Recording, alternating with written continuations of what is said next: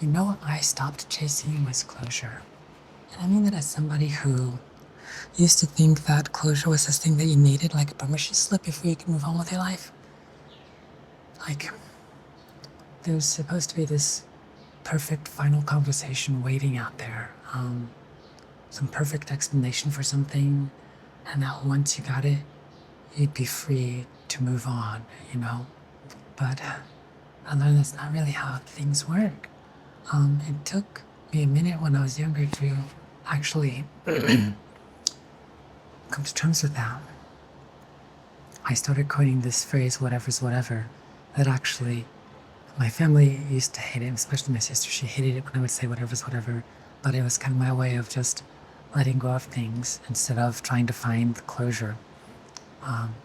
Because the thing that nobody really tells you is that closure isn't a real thing. Not really. It's not a thing that actually exists in the world waiting for you. It's an idea that people start in their own head about what they think that they need in order to feel okay about something that's happened. Um, the problem with that is that you're basically, it's like you're outsourcing your peace based on someone else's willingness to give you the answer that, or a certain apology, or a certain moment that ties everything up, nice and neat. And it doesn't really work like that. Most of the time, people chase it, and that moment never comes. I've had so many friends that are just like, oh, if I could only get this, if I could only hear that, or if I could just talk to him this one last time, whatever. And so many times that moment doesn't come. And if it does come, it's nothing like you would have imagined. I've had that happen to me before, where you finally get the conversation that you've been waiting for. And in your mind, you've replayed how the conversation might go, what you might say, what you might hear. But then when you get that conversation, it falls flat. And it doesn't feel like relief. Actually, sometimes it can feel worse, you know? It's like, because now you don't have that fantasy version of closure that you've built up and created in your own mind. You just have this underwhelming, real version of this closure that just sits there inside you, and it's like, that's it. That's what I waited for all this time. So I've learned. Yeah, it took a while for me to get to this, but I'll tell you what, you can shift your paradigm. You can change your way of thinking. Had to do it 3 times in my life to completely shift my way of thinking and my personality, and I'm working on the new one now, a new paradigm of thought. But what I've learned is that people really don't need closure. What they need is to put something in the past as the past. Whatever's whatever. The past is the past. It doesn't matter. It's in the past. That's the other thing. My sister hated that. She's like, it's in the past. It doesn't matter. I would say that all the time. It's in the past. It doesn't matter. And that way of thinking actually helped clear a lot of baggage that I was holding on to in my own head.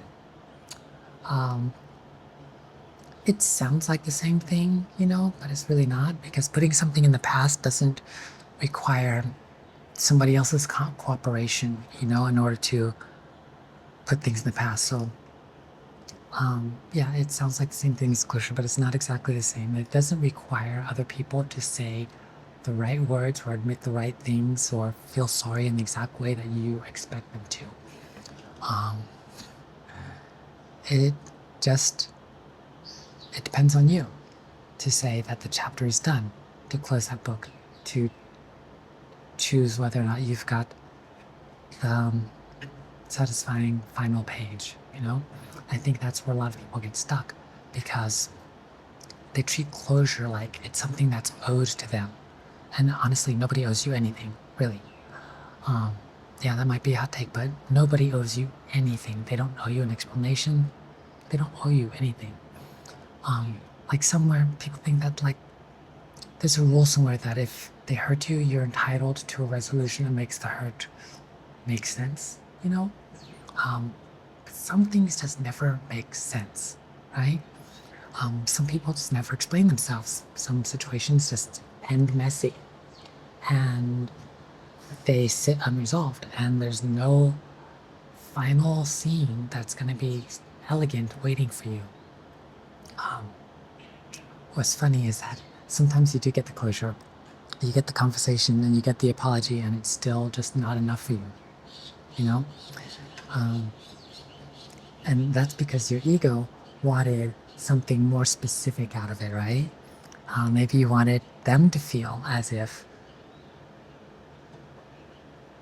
they realized how much pain that you they caused you, or maybe you wanted them to feel the kind of pain that you felt. You know, maybe you wanted proof that you were right about everything the whole time. Doesn't work that way. Maybe even sometimes people want to see the other person grovel a little bit. You know, I think we've all wanted that in some way or another.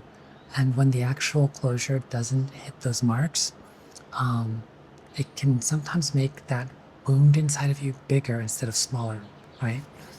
And then you walk away even more unsettled than before you tried to get that conversation or closure in the first place. So closure sometimes can actually backfire. Okay, it's not this guaranteed thing that people think it is.